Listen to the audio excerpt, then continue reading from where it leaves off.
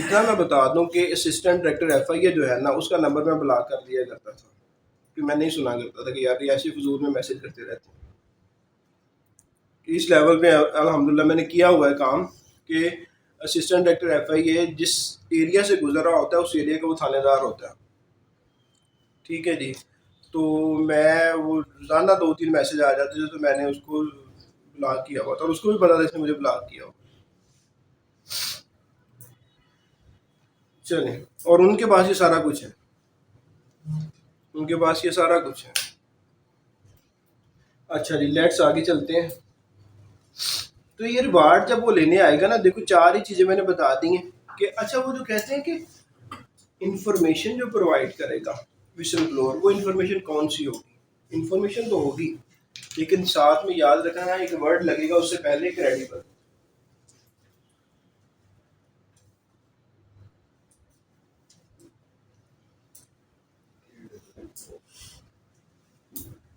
Credible क्या, जिसमें भरोसा किया जा सके। क्रेडिबिलिटी क्या है? बंदे की क्रेडिबिलिटी डाउन है, बंदा क्रेडिबल नहीं है, इनकंसिस्टेंट है यार। हम इसकी बात मान के कोई काम नहीं कर सकते, क्रेडिबल ही नहीं है यार। कभी कुछ कहता है, कभी कुछ कहता है। तो जो इन्फॉर्मेशन मिसल लोग लेके आएगा ना, that information must be credible. फिर वो ये कहते हैं कि इसने इन्फॉर्मेशन दी, ठीक है, इसने इन्फॉर्मेशन दी और अगले दिन पैसे लेने आ गया कि जनाब मैंने इन्फॉर्मेशन दी है, मालूमात दी है, मुझे पैसे दे दे।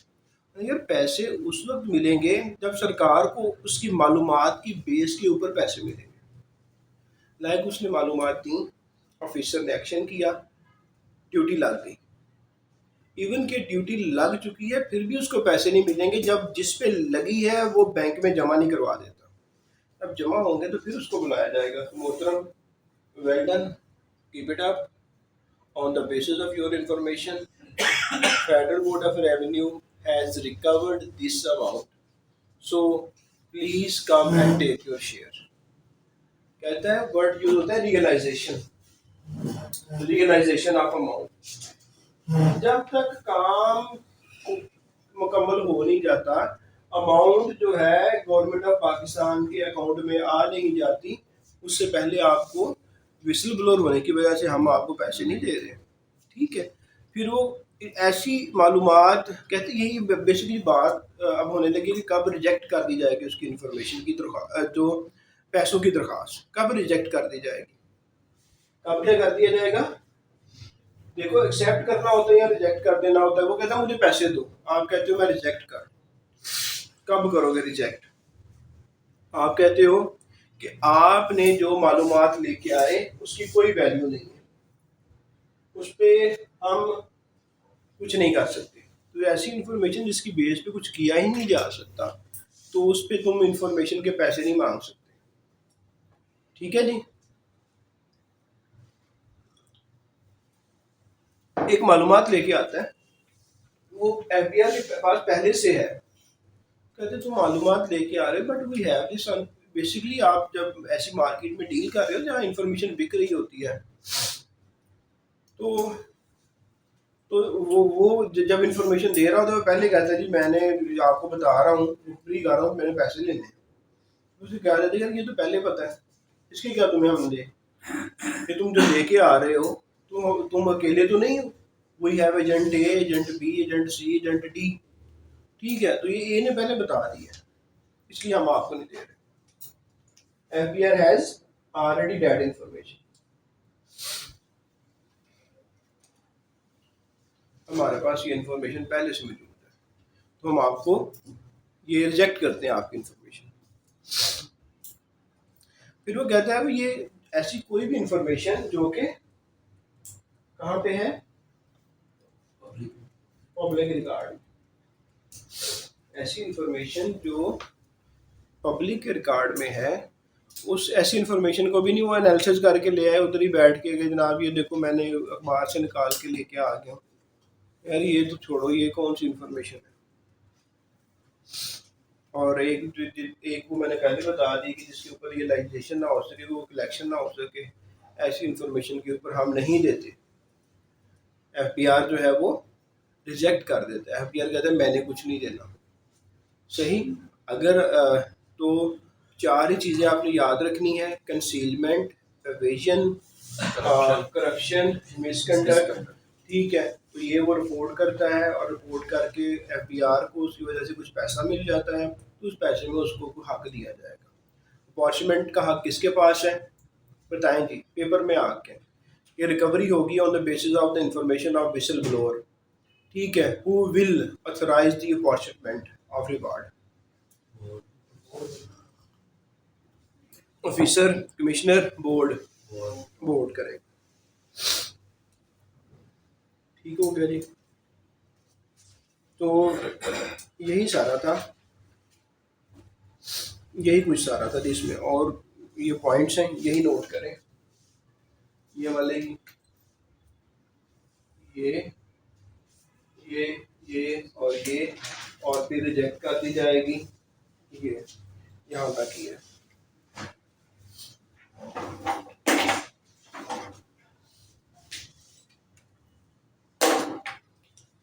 चलो आगे बढ़े।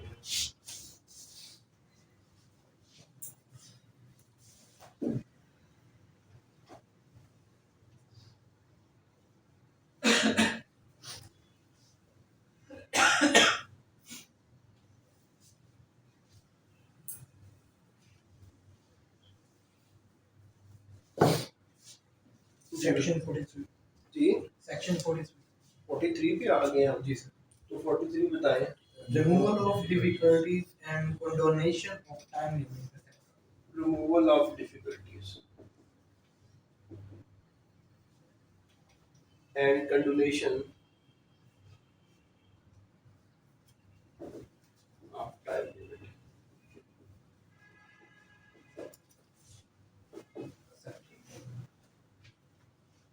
बेसिकली देखो, रिमूव करना कहता है यार ये रिमूव करो, रास्ते में तुमने रुकावटें डाली हुई हैं। क्या कहना चाह रहा होता है? ये रास्ते में हर्डल के, जिस तरह चीफ जस्टिस साहब ने कहा था कि ये क्या फौजियों ने हर जगह पे रास्ते रोके हुए हैं, आगे रुकावटें लगाई हुई हैं, लोग आ जा नहीं सकते। वो क्या था? रिमूवल ऑफ नहीं नहीं, वो क्या था जी राव साहब, जो आप लोग जो लगा देते हो और सड़क बंद कर, हाँ डाइवर्शन। हाँ, तो ये वो खड़े कर देते हैं आगे, बैरियर्स लगा देते हैं, तो चीफ जस्टिस साहब ने कहा ये रिमूव करो। इसी तरह की difficulties, removal of difficulties, difficulties को रिमूव करो। डिफिकल्टीज किन चीज़ों के बारे में डिफिकल्टी हो रही होती है?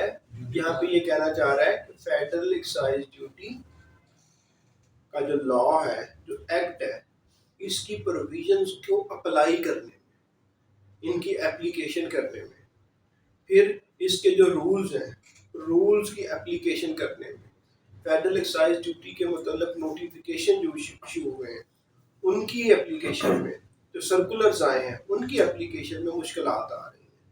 तो मुश्किलात को हटाओ, तो कौन हटाएगा? ये वो मुश्किलात है, रिमूवल ऑफ डिफिकल्टीज, तो कौन हटाएगा?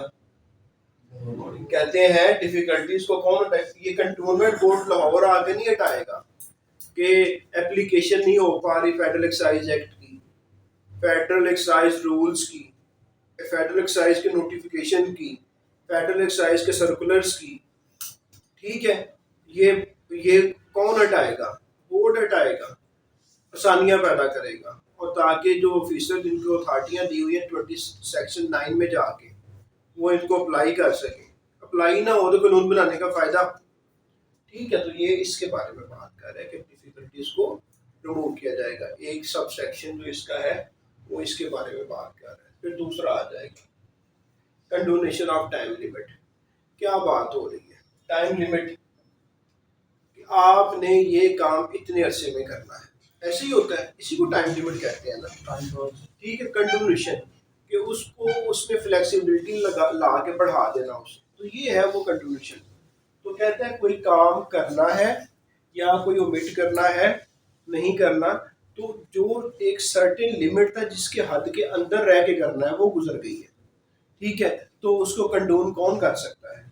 कौन कर सकता है? बोर्ड कर सकता है। लाइक अब पूछो सर एग्जांपल। रिटर्न जमा करवानी थी, 15 से 18 रिटर्न जमा करवाने की डेट होती है 15 like income tax return. Income tax return की जो पर्सन होते हैं, एक इंडिविजुअल होता है और एक एओपी होती है, एसोसिएशन ऑफ पर्सन। इन दोनों की रिटर्न फाइल करने की लास्ट डेट होती है हमेशा सितंबर की 30। क्या होती है? ये लिख लो अपने पास कि last date of return filing for individual and AOP always सितंबर की 30। सितंबर की आखिरी डेट होती है। लेकिन हम पाकिस्तानी उस डेट को कभी भी फाइल नहीं करते, क्योंकि हमें पता है कि क्या करेगा, कंडोनेशन करेगा। टाइम लिमिट को कौन?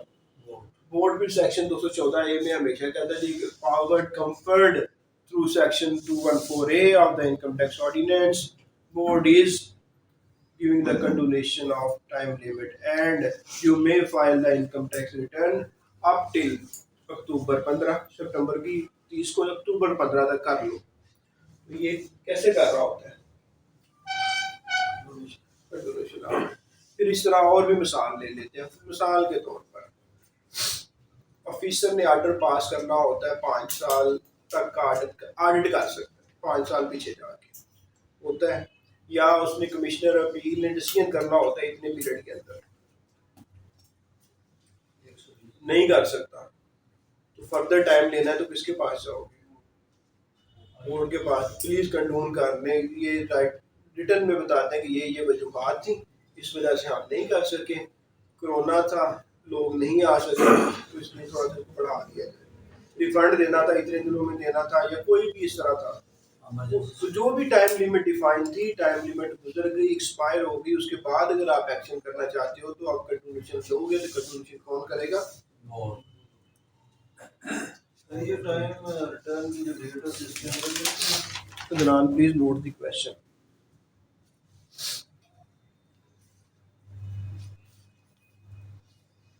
अच्छा, तो अगर बोर्ड एम्पावर करना चाहे कंट्रीब्यूशन के लिए तो किसी को एम्पावर कर सकता है? कर सकता है। नोट कर लें, board can empower commissioner inland revenue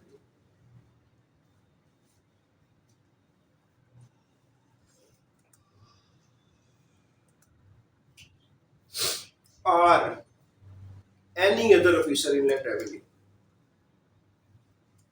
board empower कर सकता है, ठीक है जी, कमिश्नर को या किसी और ऑफिसर को कि ये जो कंट्रीब्यूशन वाली है तुम्हें मैं देता हूँ, तुम इस्तेमाल कर लो ये पावर। बेसिक पावर किसके पास है? बोर्ड के पास, लेकिन वो डेलीगेट कर सकता है, वो एम्पावर कर रहा है।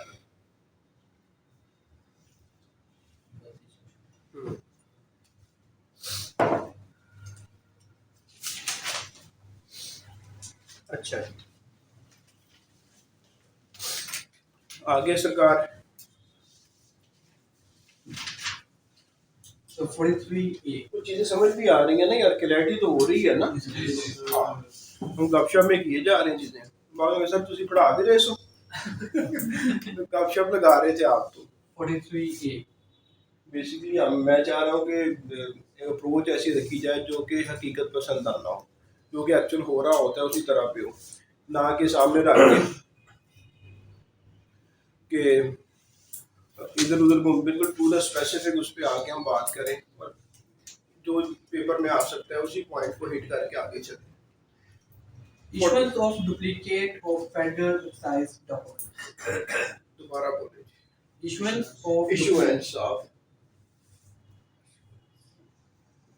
Of duplicate.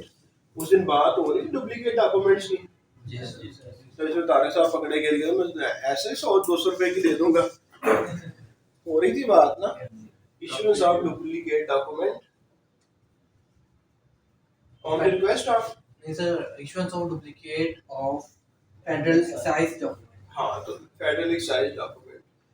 अच्छा, डुप्लीकेट डॉक्यूमेंट्स की टैक्स पेयर को जरूरत पड़ जाती है, जो कि हमने उस दिन भी कहा था कि जो बैच 2 है इसके लिए हम स्पेशल दोबारा बताते हैं कि आप ऑर्डर करते हो, आप मीन आप ऑफिसर इनलैंड रेवेन्यू, आप ऑर्डर करते हो टैक्स पेयर को कि तुम्हारी इतनी ड्यूटी बनती है, पे करो।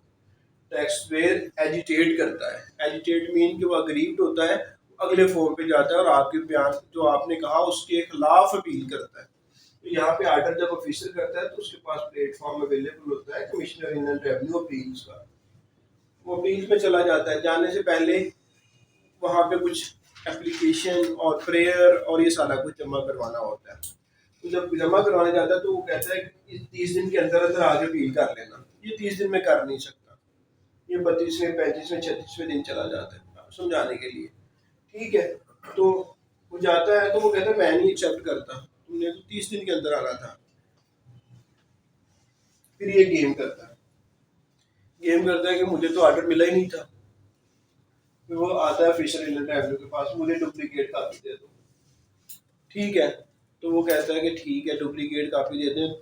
अच्छा, हमने तो तुम्हारे एड्रेस पे भेजा था, सारा कुछ ओके था, इलेक्ट्रॉनिकली भी भेजा था। ठीक है, तो मेरी भी तबीयत डाउन है यार।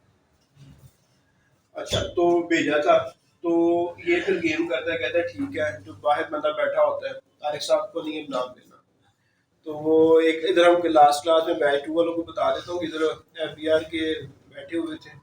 तो उन्होंने कहा कि फिर 200 रुपये। मैंने कहा तारिक साहब फिर आप क्या करते हैं? तो एक इधर से स्टूडेंट बोला था 200 रुपये लेके वो दे देते होंगे। तारिक साहब को गुस्सा आ गया, कहते ऐसे 200 रुपये में दे देंगे 200 रुपये में नहीं देंगे, ये 200 वाला काम नहीं है सही। ठीक है, ये तुम लोग जब जाओगे FBR में फिर मैं तुम्हें मिलने आऊँगा, फिर पता चलेगा कि तुम कितने लेते हो। हाँ ठीक है, तो ये जनाब ये याद रखने के लिए डुप्लीकेट डॉक्यूमेंट्स की जरूरत होती है टैक्स पेयर को। ठीक है, वो कुछ भी वजूहत हो सकते हैं, तो वो ऑफिसर के पास आके डुप्लीकेट कॉपी ले सकता है। लेकिन जो दे सकता है ऑफिसर, उसका कम से कम rank assistant commissioner inland revenue होना चाहिए। इससे नीचे वाला ऑफिसर डुप्लीकेट कॉपी नहीं दे सकता। इससे नीचे वाला असिस्टेंट कमिश्नर एसी साहब दे सकते हैं। एसी साहब से नीचे रैंक वाला बंदा डुप्लीकेट कॉपी नहीं दे सकता। तो ये जब दे रहे होंगे डुप्लीकेट कॉपी, तो ये कहेंगे तुमने फी जमा करवाई है, तो सरकार ने फी डिफाइन की हुई है कि तुम लेने आओगे, वो कहेगा हाँ करवाई है, तो वो 100 रुपया जमा करवाएंगे और फिर डॉक्यूमेंट ले लेंगे। अभी जाहिद के डॉक्यूमेंट्स जो है ना, वो तो फैल सब कुछ चाहिए। तो साहब जी सर, आपको जाहिद के डॉक्यूमेंट चाहिए, आप चले जाते हो FBR, आपको काम करना नहीं आता, तो आप कहते हो यार ये काम इसका काम है ऑयल तो इंपोर्ट करता है, तो मैं इसकी रिटर्न निकलवाता हूँ और काम सीखता हूँ। आप जाते हो इसी साहब के पास कि सही मुझे ना रिटर्न दे दो, मैं 100 रुपये जमा करवा के आ गया, जाहिद की रिटर्न मुझे दे दो, वो दे देगा आपको? नहीं, तो रिटर्न सिर्फ उसी को मिलेगी जो रेलिवेंट पड़ेगी। अच्छा ये सर चालान होता है तो? हाँ, वो चालान पे करते सारे दरखास्त के साथ अटैच करते, मुझे मेरा फलाना डॉक्यूमेंट दे दिया जाए, तो वो फिर आपको अफसर दे देता है। तो 47A में यही कुछ है जी। एक तो 100 रुपया है और एक AC है और एक रेलिवेंट पर्सन है। That's all about.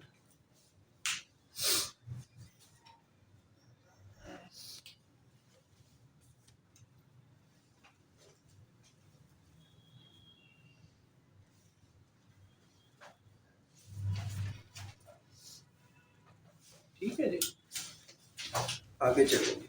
Section ये 43A में बस ये 3 पॉइंट है, वो याद रखिएगा बस। अगर आप इवन के कुछ और नहीं पढ़ते और 3 पॉइंट को याद रख लेते हैं, तो आपको ये सेक्शन पढ़ने की भी जरूरत नहीं है।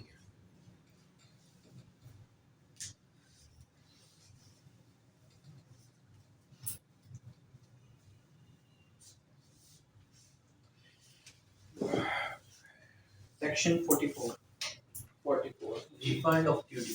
Refund of duty. पहले हमने ये बात की है कि ड्यूटी का तो सबको पता है, जो फेडरल एक्साइज ड्यूटी जमा होती है वो, मिसाल के तौर पे आपकी ड्यूटी जितनी बनती थी, आपने उससे ज़्यादा किसी भी तरीके से गवर्नमेंट के पास चली गई, तो आप गवर्नमेंट को कह सकते हो कि रिफंड, मुझे मेरा पैसा वापस कर दो, मेरी एक्स्ट्रा ड्यूटी मुझे क्या करो वापस कर दो, मेरी एक्सेस पे ड्यूटी मुझे वापस कर दो। ये इसमें ये बात हो रही है। तो वो कहता है जो रिफंड लेना है ना अगर आपने, तो वो कितने अर्से के अंदर अंदर ले सकते हो, ये बात याद रखने वाली है कि आप अगर रिफंड लेना चाह रहे हो तो आपने जो एक्सेस ड्यूटी पे की हुई है, डेफिनेटली आप देखो, अगर आपने ज़्यादा पे किया तो रिफंड ले सकते हैं, अगर पे ही कम किया तो फिर क्या रिफंड मिलेगा, सही। तो 1 साल के अंदर अंदर आप ले सकते हो। एक और सिनेरियो होता है कि सेकंड सिनेरियो, आप रिटर्न फाइल करते हो, रिटर्न फाइल करते हुए आपने जो ड्यूटी परचेज किया आपने सामान किसी से, तो सामान पे करते हुए आप फलां बंदे से, लाइक इंपोर्ट है, इंपोर्ट जब पोर्ट पे आती है, पोर्ट कासम पे, वो कराची पे आना जाना है ना अपना, जी सर। कहाँ पे जाते हो, लियारी, सच्चल गोल्ड। हाँ सच्चल गोल्ड। सचल बोर्ड, ये काम करके मरीर को कहाँ आज सचल बोर्ड जो है, ये यूनिवर्सिटी कराची यूनिवर्सिटी जो है, यही रोड। अच्छा उससे आगे कहीं जाके आई है। जी जी। मैं कराची यूनिवर्सिटी से बीकॉम है जी मेरा, जो मेरा बीकॉम है वो कराची यूनिवर्सिटी से है, तो इसलिए हमें कराची से भी प्यार है कि जहाँ बंदा रहता है ना वो चीज़ें वो ऑटोमेटिकली उस जगह के साथ, अभी मेरे 5 साल गुजरे हैं कराची में, 5 साल बड़ा लंबा अर्सा होता है लाइफ का, ठीक है। तो जब मैं रीसेंट पास पे गया तो मुझे बड़ा अच्छा लग रहा था, बड़ी खुशी हो रही थी यार, मैं यहाँ पे मैं ऐसे किया करता था, तो बंदा ये ऑटोमेटिकली होता है, हर इंसान के साथ होता है जिसमें जज्बात हो, तो कुछ जज्बात लेस भी होते हैं, इमोशन लेस, इनके साथ नहीं होता होगा, तो अदरवाइज अगर आप में इमोशंस है तो आपको फीलिंग्स आती हैं, तो खुशी भी होती है यार। तो पोर्ट कासम पे सामान आता है ना, तो वहाँ पे सामान जब बंदा जिसने मंगवाया होता है उसको ये नहीं कहते कि ये आ गया या पकड़ के ले जाओ जी, वो वहाँ पे बहुत से मामलात होते हैं, मामलात में जो वहाँ पे custom duty, additional custom duty वगैरह लग रही होती है, सेल टैक्स लग रहा होता है, वहाँ पे एफईडी भी लग रही होती है, ठीक है। अब मिसाल मान लो कि तुमने एफईडी पे की वहाँ पे कस्टम वालों को, और वो आपकी एफईडी चली तो गई एफबीआर को, ठीक है। अब महीना खत्म हुआ, आप रिटर्न फाइल कर रहे हो, तो जो आपने ऑलरेडी पे की हुई है ना, अब जब महीना खत्म हुआ आपने कैलकुलेशन की कि मेरा 1 लाख रुपया बनता है एफईडी का, मैंने देना है, यहाँ भूल गए कि मैंने 10,000 रुपये यहाँ पे भी एफईडी का जमा करवाया हुआ था, तो मैं इसकी एडजस्टमेंट ले लेता हूँ तो मुझे 90,000 जमा करवाना पड़ेगा, आप ये भूल गए, आपके जेहन में नहीं रहा, आप एडजस्टमेंट ली, इसे क्या कहते हैं, एडजस्टमेंट लेना, ठीक है।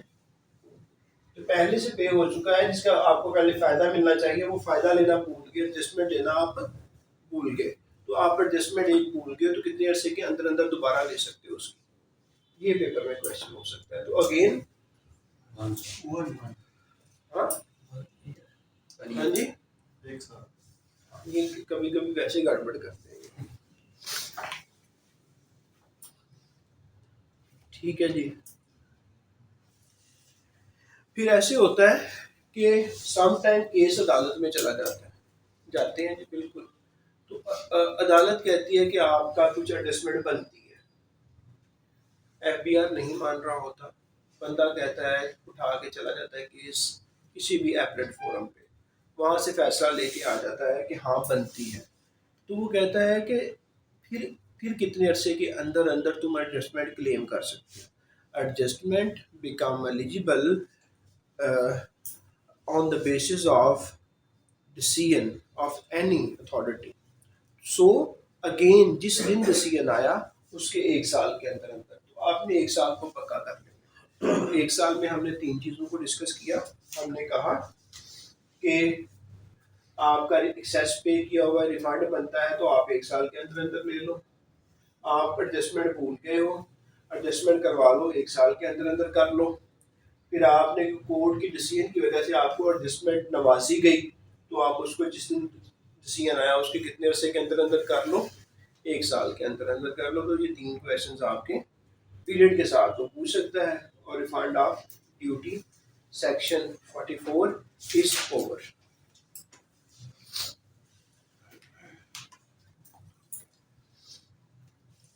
अब अगला जो है 44A.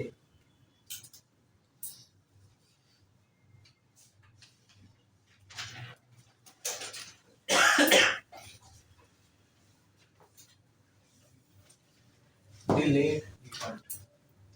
हम सही चल रहे हैं, खबरें तो नहीं आ रही। ठीक है,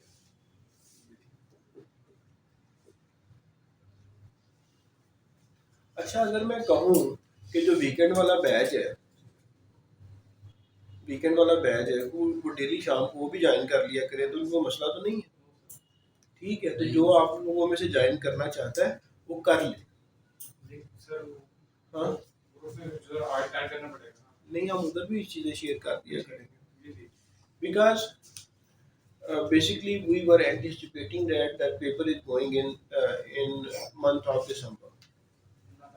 We were thinking in past we were anticipating that the FPSC will conduct paper in December, but now please note that according to the current information, paper will be held in November, and most probably in between 17 to 25 और 30। Note कर लें ये चीज़, अगर कोई जान नहीं मार रहा तो मार ले जान, हमसे जो कोऑपरेशन चाहिए हमें बताओ। ठीक है, तो ये लेटेस्ट इंफॉर्मेशन है। आगे तब्दीली आ जाए अल्लाह जानता है, क्या हालात आ जाए, क्या सूरत हाल हो, फरवरी में चला जाए, मार्च में चला जाए, लेकिन लेटेस्ट क्या है, करंट ये है कि 17 से 25 के दरमियान ये काम हो जाना है, ये इवेंट रोनमा हो जाना है। ठीक है, तो अपने आप को तैयार करें। मैं कहा करता हूँ वार प्रोटीन्स में, ठीक है, जंगी बुनियादों पे अपने आप को क्या करें, तैयार करें। जो कसर रह गई है अभी टाइम है, आप इजीली रिमूव कर सकते हैं उसको। ठीक है, और मुकाबले के लिए तैयार होकर मुकाबले में उतरे।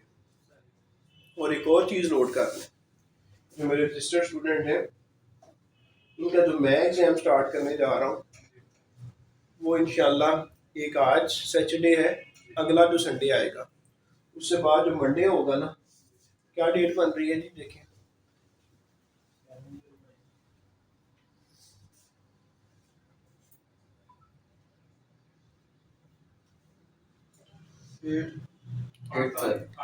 हाँ, 8 से हमारे मॉक शुरू हो जाएंगे, मॉक एग्जाम। ठीक है, डेली पेपर होगा। ठीक है, और इंशाल्लाह मिनिमम 5 और मैक्सिमम 10 ये पेपर आपके, हर पेपर 100 मार्क्स का होगा। इसमें इंग्लिश भी होगी और बाकी सारी चीज़ें भी होगी, जो पेपर होगा आपका, हर चीज़ होगी। ठीक है, इंग्लिश में क्या करना है लेक्चर और, हाँ ला लेते हैं सर को, हो जाएगा, आप बस हुक्म लगाया करो। अच्छा, तो ये जो है ना, इंशाल्लाह हम इसको अचीव करें, क्योंकि अगर जितना भी पढ़ लिया अगर ये ना किया ना तो रिजल्ट नहीं मिलेगा। सही है, तो हमने ये करना है। और 8 से, हाँ 8 से पेपर आप क्लास होगी साथ में जो भी है, लेकिन ये पेपर साथ में होता जाएगा। ठीक है जी, इंशाल्लाह। तो आप लोग भी क्लास ज्वाइन करें, बैच 2 वाले भी, जिसका दिल करता है आ जाए, जिसका दिल नहीं करता वो ना आए, उसकी सैटरडे संडे में उसको मिलती रहेगी। ठीक है जी, लेकिन बेहतर यह है कि आ जाओ। उसमें क्या कर रहे हैं, उसमें भी यही हो रहा था जो जिसके आपको लेक्चर मिल गए ग्रुप में अवेलेबल है ना जी, कि आप 7 से लेकर 42B तक उसमें मौजूद है जी, बिल्कुल मौजूद है, उसको सुने। अगर हम देखते हैं बैच 2 की बात करें, बैच 2 सेल टैक्स एक्ट मुकम्मल है हर तरीके से जी, मुकम्मल है। पेडल एक्साइज ड्यूटी 1 से 6 और आज 45 से 49 इंशाल्लाह। दरमियानी जो है वो 7 से लेकर 42B तक जो था, ये वीडियोस, तो इसको कंप्लीट करें। ठीक है जी, अच्छा मेजर पोर्शन ये था दूसरा तगड़ा पोर्शन ये है। इनकम टैक्स 9 से लेकर 14 तक हो गया जी। अच्छा, इसके बाद हमारा 56 से लेकर 65 तक ये भी शेयर हो गया आपके साथ। ठीक है, अभी शेयर किया है, पहले तो कर दिया आप देखेंगे ना, ये हो गया। ये हमने और तो नहीं देखा, हाँ, ये हमने नहीं देखा है। आपको भी दिखाएंगे ना। आप आज फीस दे के जानी थी तो मैं रोक लेता यहाँ पे। और मैं पूछता हूँ यहाँ पे कि दोपहर भुट्टो है इसमें या नहीं है। मैं रिप्लाई किया था। अच्छा, तो 137 से लेकर 146 सी तक ये भी हो चुका है। ठीक है, मीनिंग देयर बाय यहाँ पे हमारा 41 से 55 जो है वो एग्जाम्प्ट वाला है। ठीक है, और 15 से लेकर 40 तक ये आपका बैंड रह जाएगा, ये रह देंगे। ठीक है जी, तो इसको भी हम कर लेते हैं। बस मेहनत अभी जो है ना फुल, और कोई काम नहीं करने सिवाय इसके।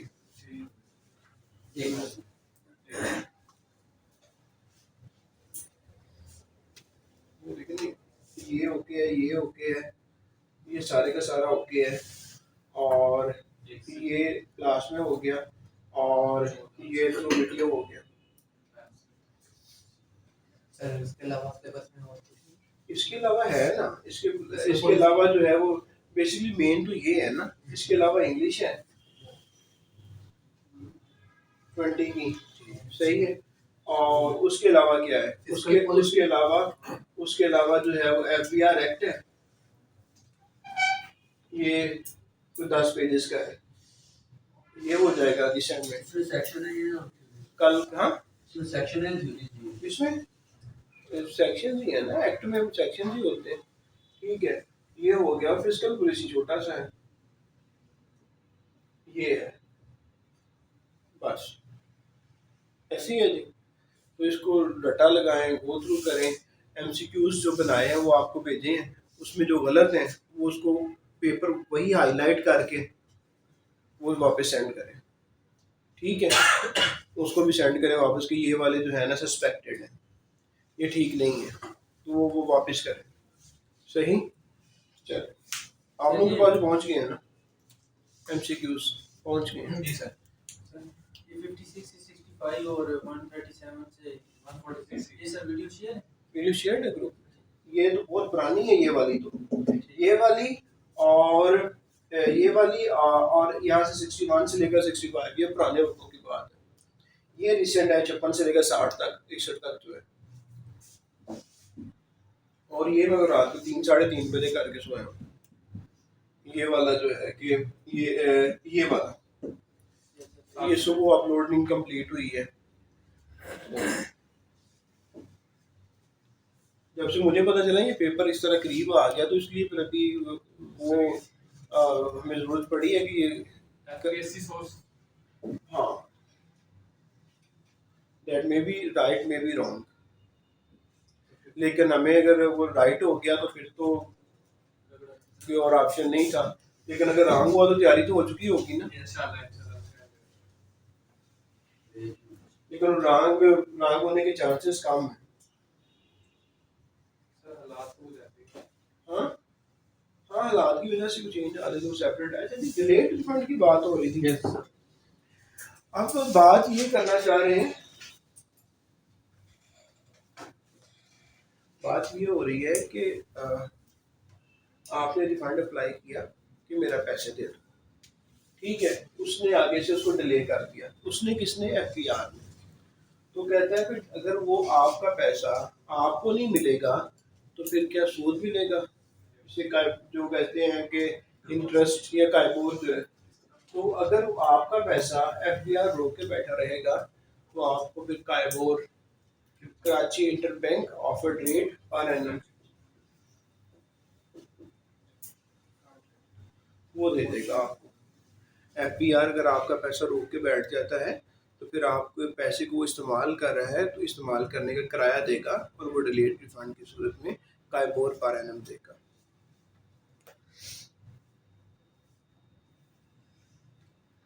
फिर आप कहते हो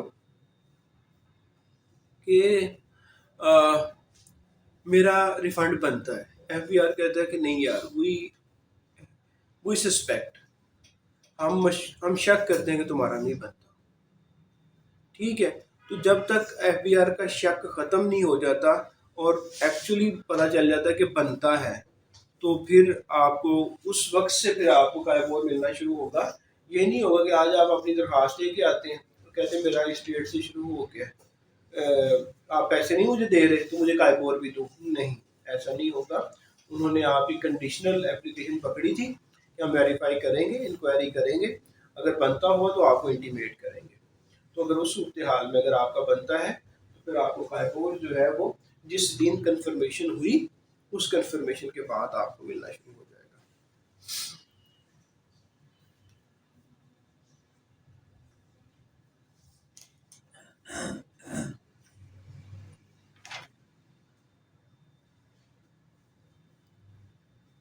चलिए जी, that was all about delayed refund. 4 लाइनों का है जिसमें 2 ही चीज़ें हैं, कायबोर पर अन्नम मिलेगा और अगर रुक जाता है, सस्पेक्ट होता है कि इसका बनता ही नहीं है, तो फिर जब कंफर्मेशन होगी उसके बाद आपको कायबोर मिलना शुरू होगा अगर डिले हो जाता है। अगला बोलें जी। आ गया 45, section 45।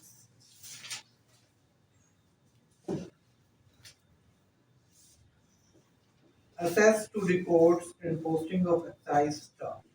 Access to Records record and posting and posting of excise staff. of excise stock।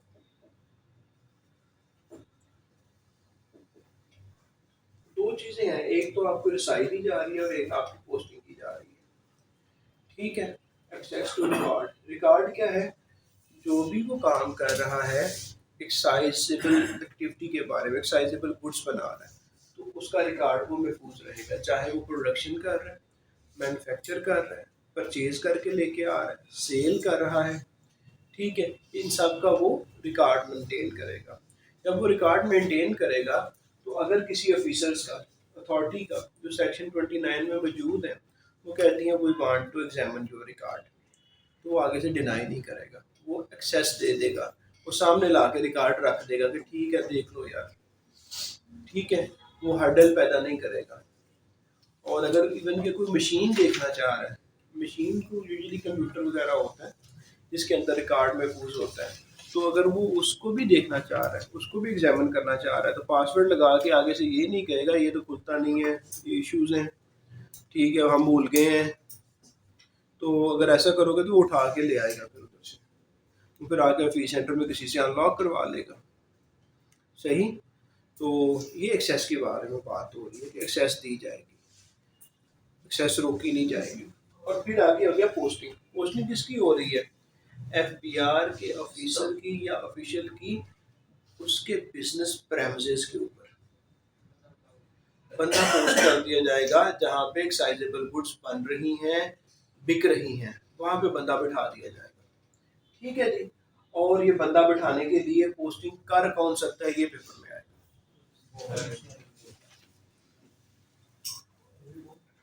तो बोर्ड जो है वो पोस्टिंग करेगा, बोर्ड से नीचे पोस्टिंग नहीं होगी। ये अक्सर शुगर बनाने वाले जो होते हैं, जितने भी इंस्पेक्टरान हैं, उनकी शुगर मिलों के ऊपर नौकरी लगती है सेल टैक्स से रिलेटेड।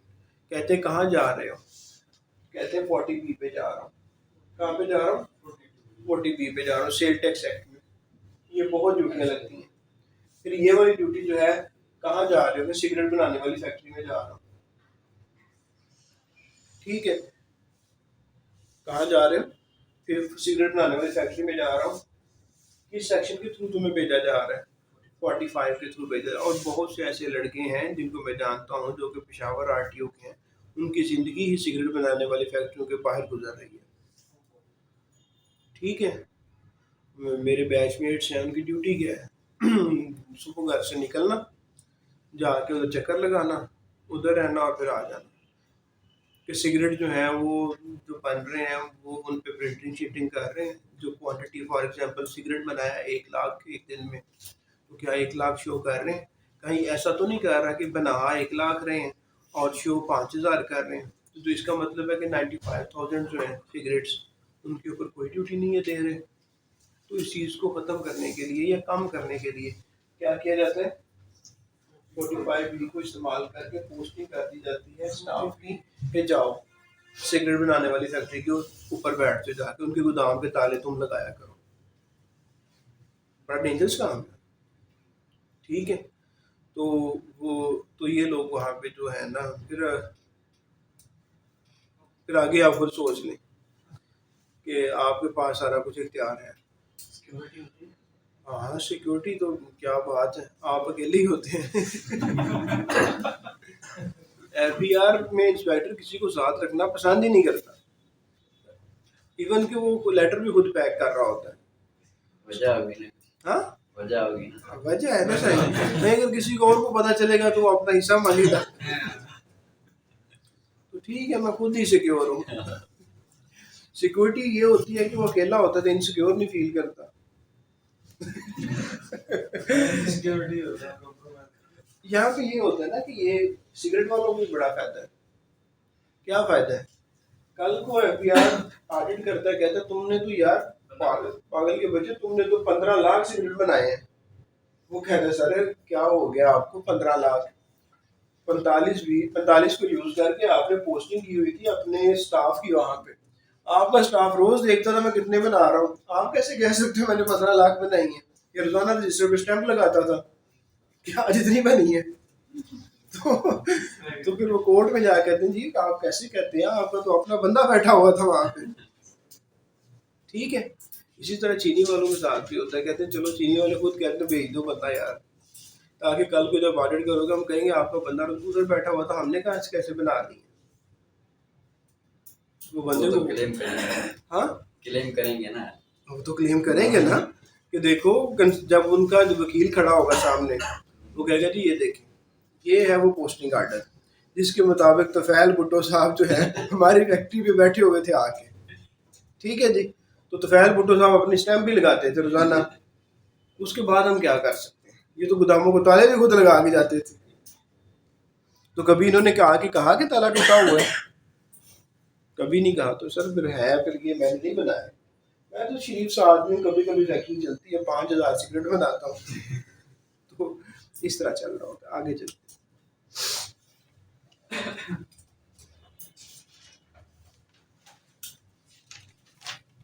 तो पोस्टिंग भी आप लोगों की होगी, अभी वापस आ जाओ।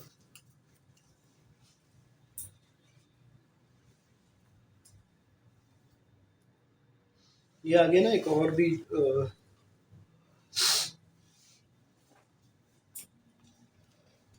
हाँ 45 ये जो है वो भी एक इम्पोर्टेंट चीज़ है।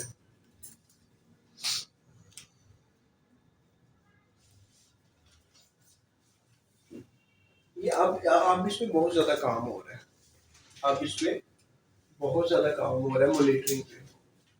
तो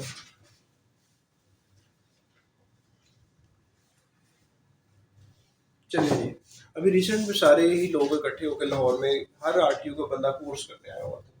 45A ए जी sir. Monitoring or tracking by electronic or other means.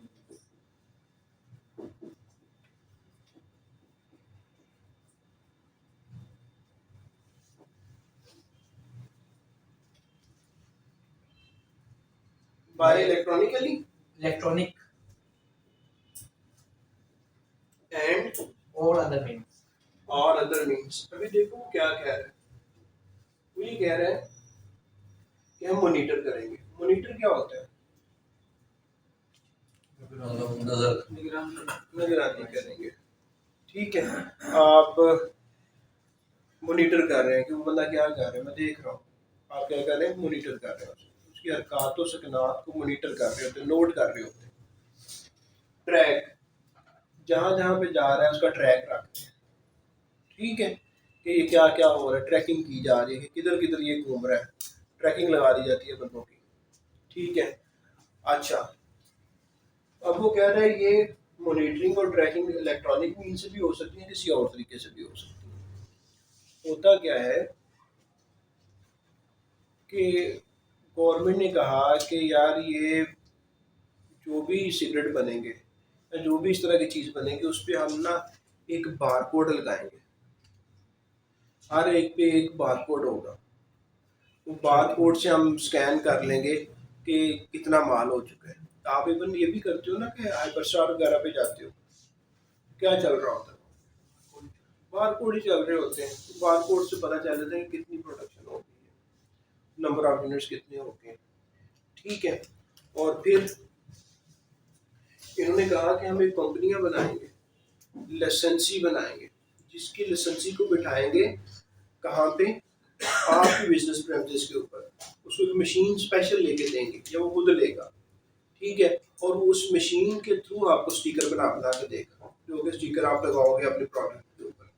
और अगर बगैर स्टिकर के प्रोडक्ट होगी तो फिर वो समझा जाएगा कि जाली है, ठीक है। अब उसकी तरफ जाया जा रहा है कि और फिर वो प्रोडक्ट जहाँ जहाँ पे भी जाएगी कुछ इलेक्ट्रॉनिक मीन जैसा बनाया जाएगा, जो बना रहे हैं डिवाइस किया जाएगा कि पता चलेगा कि कड़क से निकल के वो किस तरफ को आ रही है, जहाँ जहाँ आ रही है हम ट्रैक करेंगे। आप देखो ना, आप मोटरसाइकिल है आपका, उसके ऊपर आप उबर यूज कर रहे होते हो या फिर कोई और यूज कर रहे हो, तो आपको ट्रैक नहीं कर रहा होता कि कहाँ कहाँ पहुंच गया, डेस्टिनेशन करीब आ गई है, राइट टर्न कर लो, लेफ्ट टर्न कर लो। चाह रहे हैं कि ऐसी ट्रैकिंग की जाए, ये कहाँ कहाँ से फैक्ट्री से निकल कर गुड्स जा रही है उसको ट्रैक किया जाए। पर एटलीस्ट इतना तो जरूर किया जाए कि जो उस कैरी डब्बे के अंदर सिगरेटों के पैकेट पड़े हुए हैं या बड़ा कंटेनर है उसके अंदर रखे गए हैं, तो जब वो सिगरेट है तो उनके ऊपर भी कुछ ना कोटिंग की जाए, कुछ स्टैम्प्स लगाई जाए जिसको हम देख सकें। तो दोनों तरीकों से ये मॉनिटरिंग और ट्रैकिंग करना चाह रहे हैं, ताकि जो ड्यूटी चोरी हो रही है, जो एवेजन हो रही है, जो कंसीलमेंट हो रही है, उसको किसी तरीके से हैंडल किया जा सके। और इसके ऊपर फॉरेन से भी हेल्प ली जा रही है, वहाँ से ट्रेनर आ रहे हैं और हमें हमारे FBR के जो एम्प्लॉइज हैं उनको सिखा रहे हैं। हमें भी इंटरनेशनल टैक्सेशन में समझाने के लिए आए थे UK से, और उन्होंने बताया था हमें कि एक पाकिस्तानी है तो पाकिस्तान के लंदन में कितने फ्लैट्स हैं, आप किस तरह ढूंढ सकते हैं, पाकिस्तानी की कितनी कंपनियां हैं वहाँ पे, आप किस तरह ढूंढ सकते हो, सारा कुछ वो बता के गए थे हमें। तो अभी इस पे काम हो रहा है काफ़ी ज़्यादा। अच्छा जी,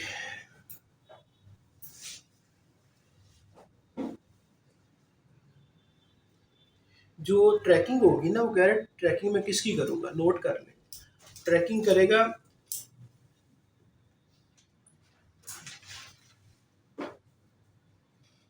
वो कहते हैं पहली बात तो ये है कि किस किस की ट्रैकिंग होनी है, किस किस की मॉनिटरिंग होनी है, ये कौन बताएगा। फेडरल गवर्नमेंट बताएगी, कमिश्नर बताएगा, बोर्ड बताएगा। बोर्ड बताएगा कि किस किस की हमने ट्रैकिंग करनी है। ट्रैकिंग हो किस चीज़ की रही होगी, आप प्रोड्यूस कितना कर रहे हैं, आप सेल कितना कर रहे हैं, आपके स्टॉक में कितना पड़ा हुआ है, आप क्लियर कितना कर रहे हैं चीज़ों को, और अदर रिलेटेड एक्टिविटीज़ इनकी हो रही होगी। और ये कब से लागू होगा, कहते हैं ऐसी डेट जिस जो कि FBR शाया करेगा उस दिन से ये काम शुरू हो जाएगा, जिस दिन से बोर्ड कहेगा उस दिन से ये एप्लीकेबल हो जाएगा। फिर वो कहते हैं कि ये जो ट्रैकिंग के लिए जो स्टिकर्स वगैरह लगाए जाएंगे वो लगाएगा कौन, वो होगा लाइसेंसी। कौन होगा, लाइसेंसी। लाइसेंस कहाँ से लेगा, FBR जिसको लाइसेंस देगा वो लाइसेंसी होगा। FBR जिसको ऑथराइज करेगा कि तुम स्टिकर बनाओ, तुम्हारे स्टिकर क्वालिटी के हैं, तुम्हारे स्टिकर मॉनिटरिंग और ट्रैकिंग में बड़ा मददगार है, ठीक है। तो उस वो लाइसेंसी होगा, और वो लाइसेंसी जो है वो उसको लाइसेंसी को बिठाया जाएगा बिजनेसमैन के प्रेमिसेस के ऊपर। तो फिर वो लाइसेंसी वहाँ बैठ के मौजें करेगा, बैठ के जो भी चीज़ें निकल रही होंगी उन पे स्टैंपें लगाएगा और उनके ऊपर क्या करेगा, स्टिकर लगाएगा या बार कोड लगाएगा या कुछ और इस तरह का इलेक्ट्रॉनिक मीन्स लगाएगा जिससे चीज़ जहाँ जहाँ जाए वहाँ से पकड़ी जाए।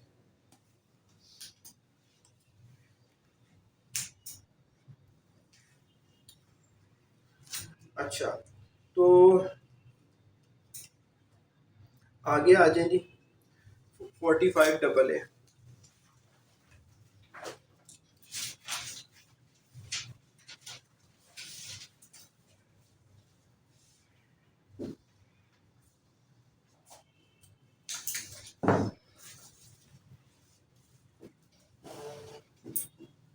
जी licensing of brand name.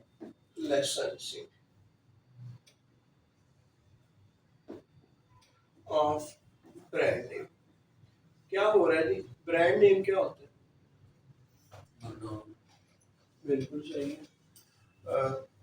Khadi, Nishat linen, यूनिवर्थ, ये क्या है सारे ब्रांड नेम। तो कहता है कि गुड्स एक्साइजेबल जो है वो या SKU स्टैंड फॉर जी, SKU stand Stock for keeping unit. Stock keeping. कौन बता रहा है? साइंस सीट पक्की करते जा रहे हो। साइंस बहुत तगड़ा इंस्पेक्टर बनेगा ये कराची में बैठ के जब ना, तो कराची वाले बंदों को वैसे ना बड़े रिलायबल होते हैं। रिलायबल समझते हैं ना, जिन पे भरोसा किया जा सके। FBR की नज़र में जो बात कह देते हैं, आर्डर जैसा भी वो पास कर देते हैं। हम लोग ऐसे डरते रहते हैं। कराची वाला बंदा ऑब्लाइज भी बड़ा करता है, कोई मसला नहीं सर, कर देंगे, कोई नहीं, खैर है, देखी जाएगी। सही, आप हुक्म करो। तो ये है उनमें, ठीक है जी। तो ये खूबी है ना जी उनकी, कि जो डन करते हैं वो पूरा भी करते हैं जो बात कहते हैं। तो गुड्स और जो स्टॉक कीपिंग यूनिट है, बेसिकली अब जब भी अब नेक्स्ट आपने जाना है हाइपर स्टार, या जो कराची वाले वो इम्तियाज स्टोर पे चले जाएं। इम्तियाज स्टोर पे जाएं, एक प्रोडक्ट लें, प्रोडक्ट के पीछे एक कोड लिखा होता है, कोड के ऊपर ये लिखा होता है SKU, ठीक है। तो वो कहता है जो भी गुड्स होगी या SKU होगा। Stock keeping unit, stock keeping की में जो छोटे छोटे यूनिट रखे होते हैं ना, ये उनकी बात हो रही है। उनके टूथपेस्ट के पीछे भी SKU लिखा होता है। तो वो ये कह रहा है कि ये और ये जब भी आप बेचोगे, ठीक है, एक गवर्नमेंट बता देगी कि जब भी बेचोगे वो बगैर ब्रांड के, ठीक है, और ब्रांड को लाइसेंस कराए बगैर आप नहीं बेच सकते। आप क्या नहीं कर सकते? आप अपने SKU को, जो स्टॉक कीपिंग यूनिट है या जो एक्साइजेबल गुड्स है, उनको जब भी बेचोगे आप उस पर ब्रांड को रजिस्टर करवाओगे, उसका लाइसेंस लोगे और फिर बेचोगे। अगर आप ऐसा नहीं करते तो फिर क्या होगा? फिर क्या किया जाएगा? जिस प्रोडक्ट के गुड्स के ऊपर जिस SKU के ऊपर ब्रांड नेम नहीं होगा, वो समझी जाएगी कि जाली है, ये क्या है, काउंटरफीट है, ठीक है। और फिर उसको क्या किया जाएगा? वो कन्फिस्केट हो सकती है। क्या हो सकती है? कन्फिस्केट। ठीक हो गया जी। तो यही है कि ब्रांड एक क्लास ऑफ पर्सन को या एक पर्सन को FBR कह देता है कि तुम ब्रांड नेम अपना बनाओ और उसको लाइसेंस लो। अगर इसके बगैर बेचोगे तो क्या होगा? हम जब भी उस चीज़ को देखेंगे समझेंगे ये जाली चीज़ है, और जाली चीज़ को पकड़ा जाएगा और पकड़ के उसको डिस्ट्रॉय कर दिया जाएगा।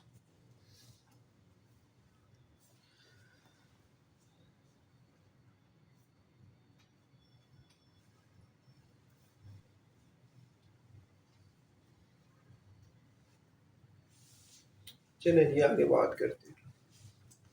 अब 46 खत्म करके फिर सांस लें। मेरा ख्याल है कि लगे रहते हैं, क्या कहते हैं? ठीक है सर। क्योंकि 46, 47, 47, 48, 49 4 सेक्शन है, लेकिन ये 4 सेक्शन है, लेकिन आप सोचो कि 42 से हमने स्टार्ट किया था और अभी पहुंचे कहाँ तक? आगे भी आने ABCD।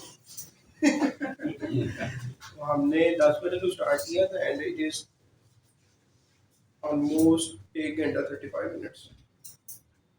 अच्छा,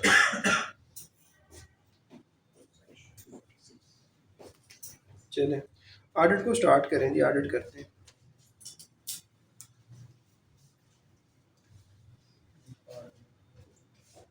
अब जो ऑडिट में पेज जो क्वेश्चन आता है ना, पहला ही वो आता है कि ऑडिट को जो है वो अथराइज कौन कर रहा है। ऑडिट को नंबर 1 अथराइज कौन करता है कि ऑडिट कर लो। इंस्पेक्टर का दिल करेगा ऑडिट शुरू कर देगा। दो ऑथराइज कर सकते हैं, बोर्ड और कमिश्नर लेटर। ये हैं वो अथॉरिटियाँ जो ऑथराइज कर सकती हैं ऑडिट करने का। ठीक है, ये क्या हर दूसरे दिन ऑडिट हो सकता है? once a year. ठीक है जी।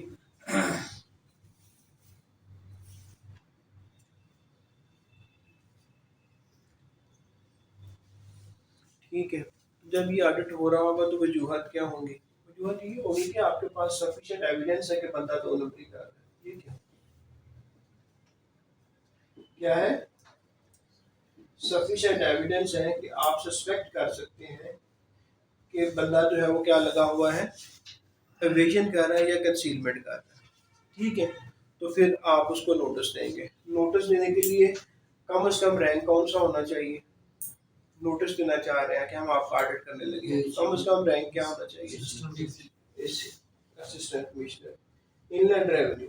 ये हर एक के साथ इनलैंड रेवेन्यू लग जाता है। Inspector inland revenue, assistant commissioner inland revenue, deputy commissioner inland revenue and so on. ठीक है जी, आपने ऑडिट शुरू कर दिया असिस्टेंट कमिश्नर ने नोटिस देके, तो आप जब आर्डर पास करेंगे तो आर्डर किस सेक्शन में पास करेंगे? जी, सेल टैक्स में बताएं किस सेक्शन में आप असेसमेंट आर्डर पास करते हैं? नहीं, आप बताओ, ये तो सारे सोए हुए। 11। अब यहाँ बताओ कि फेडरल एक्साइज एक्ट में कहाँ पे करोगे? और अब ये बताओ कि इनकम टैक्स ऑर्डिनेंस में किस सेक्शन में आप पास करोगे? अमेंडेड असेसमेंट आर्डर का होता है। ठीक है जी, तो यहाँ पे आप जब ये करने का ऑडिट शुरू करेगा तो ये 14 सेक्शन में जाके फेडरल एक्साइज एक्ट के उसमें जाके क्या करेगा? ऑर्डर पास कर देगा।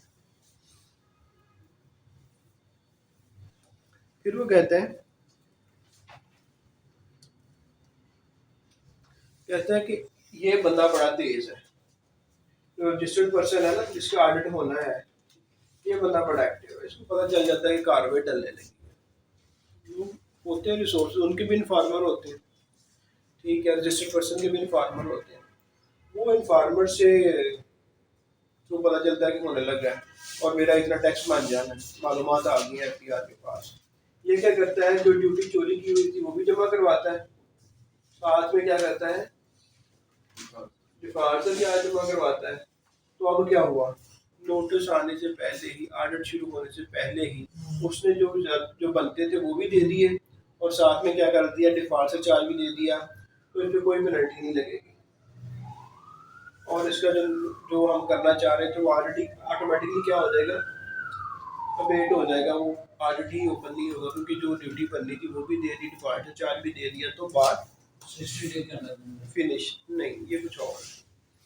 ठीक है, और फिर क्या हुआ,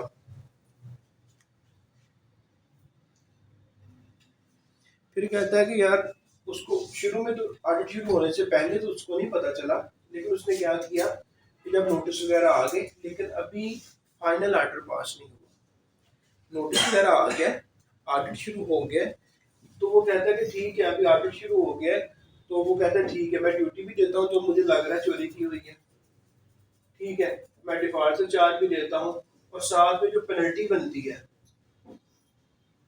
उसका क्या करता हूँ, 25% वो भी दे देता हूँ। जब ये सारा कुछ करेगा तो जो ऑडिट चल रहा होगा वो क्या हो जाएगा, रुक जाएगा, बात फिनिश हो जाएगी। ये जो पहले वाली बात थी वो ऑडिट शुरू होने से पहले, और बाद वाली बात जो है ऑडिट के दौरान जो है वो हुई है। ठीक है, फाइनल होने से पहले पहले, लायबिलिटी उसको बताने से पहले पहले। फिर वो कहते हैं कि क्या ऑडिट हमेशा ऑफिसर इनलैंड रेवेन्यू करेगा? कहते नहीं यार, एक स्पेशल ऑडिट का भी, स्पेशल पैनल का भी कॉन्सेप्ट होता है। कौन सा होता है? Special panel audit. आप एक पैनल बनाते हो और पैनल को कहते हो कि तुम ऑडिट करो, ठीक है। अभी पैनल में कौन कौन होता है? एक तो ऑफिसर इन रेवेन्यू होता है। जी CEO ये पैनल में डेफिनेटली पता चल रहा है एक से ज्यादा बंदे की होंगे। दूसरा जो है वो चार्टर्ड अकाउंटेंट हो सकता है, या वो एसीएम के सामने जो गाड़ी दोगे तो एसीएम में भी होता है ये हर। हम पैनल में आने की कुछ सोच रहे हैं, वो कह रहे हैं कि कानून से बाहर कर रहे हैं। कानून में लिखा हुआ है, आओ जी कानून के ऊपर देखो जी, इसी पे लिखा है a firm of cost and management accountants. We are cost and management accountant, हमारा इसमें नाम लिखा हुआ है। ठीक है, तो ऐसे ना करो यार। अच्छा जी, और नहीं, अच्छा अब ये बात हो रही है लायर नहीं है, ये कोई और बात हो रही है। वो आप appellate alternative dispute resolution committee की तरफ चले गए। लायर का क्या काम विचारेगा? वकील साहब का काम ऑडिट से नहीं है, उनके कानूनी मामला पे आप ओपिनियन ले सकते हो, लेकिन जो ऑडिट है, ऑडिट तो वकील साहब नहीं करते। वकील साहब करते हैं ऑडिट, उनको तो पढ़ाया नहीं जाता ऑडिट। ठीक है, तो यहाँ पे कोई और एनी अदर पर्सन, तो पैनल में वो पूछ सकता है कौन कौन हो सकता है। ये चारों कह के वो कहता है all of the above are correct. तो आपने ये नहीं कहता ना कि सिर्फ सीए कर सकता है, वो मेरे सारे कर सकता है। ठीक है। अच्छा, जब ये पैनल बनेगा, अच्छा सबसे बड़ी बात कि पैनल को अपॉइंट कौन करेगा, ये बताओ। कौन करेगा जी? बोर्ड। अपॉइंट कौन कर रहा है? बोर्ड। फिर जब बनता है ना तो स्कोप दिया जाता है कि स्कोप ऑफ वर्क आपने करना क्या है। कुछ स्कोप कौन देता है? स्पेशल ऑडिट पैनल को। स्कोप ऑफ वर्क ये दो दे सकते हैं बंदे, बोर्ड और या कमिश्नर। ठीक हो गया जी। तो ये जो पैनल बना, इसका चेयरमैन कौन होगा? ये मैं क्वेश्चन काफी बनाए जा रहा हूँ। चेयरमैन कौन होगा? Officer in revenue. ठीक है जी, और आगे चलते हैं।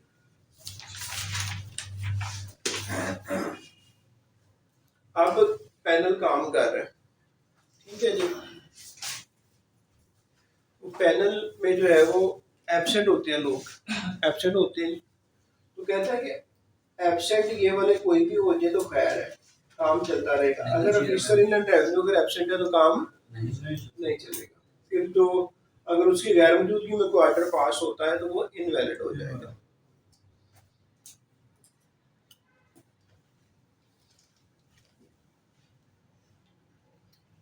अच्छा,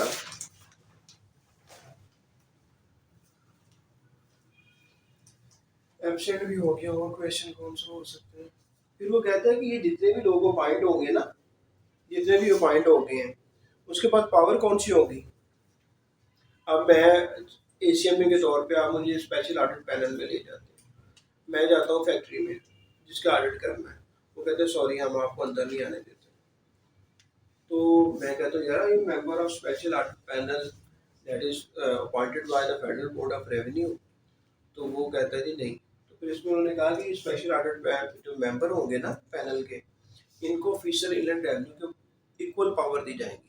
और जब ऑफिसर इनलैंड रेवेन्यू की इक्वल पावर आ गई तो सारे कानून को वो इस्तेमाल करके एक्सेस करे, जो मर्जी करे। फिर तो बाकी जो बीआर का ऑफिसर कर सकता है वो भी करे। ठीक हो गया। और एक फिर वो कहता है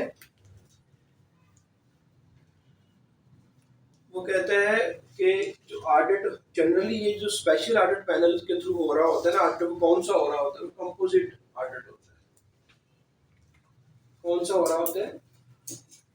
अब आपको अगर सर ये बिल आ गया है तो we are economists, we are lawyers, so we have no familiarity with the composite audit। हमें तो ऑडिट का नहीं पता, तो ये तो आगे कंपोजिट हो गया। तो वो कहता है कि वो सिर्फ ये जो पैनल बनते हैं ना, सिर्फ ड्यूटी की नहीं वो देखेंगे कि सिर्फ फेडरल एक्साइज ड्यूटी की चोरी कितनी हुई है, वो सेल टैक्स को भी दरम्यान में फिर रख लेंगे, वो इनकम टैक्स को भी रख लेंगे, वो बाकी जो भी टैक्सेस हैं उनको भी देखना शुरू कर देंगे। ये ऑडिट ऐसा होगा, ये ऑडिट सिर्फ जो है सिर्फ फेडरल एक्साइज ड्यूटी के बारे में नहीं फिर रहेगा, बल्कि ये इनकम टैक्स को भी कवर कर देगा, सेल टैक्स को भी कवर कर देगा, और बाकी और भी कोई टैक्सेस बनते हैं तो सबको देख लेगा।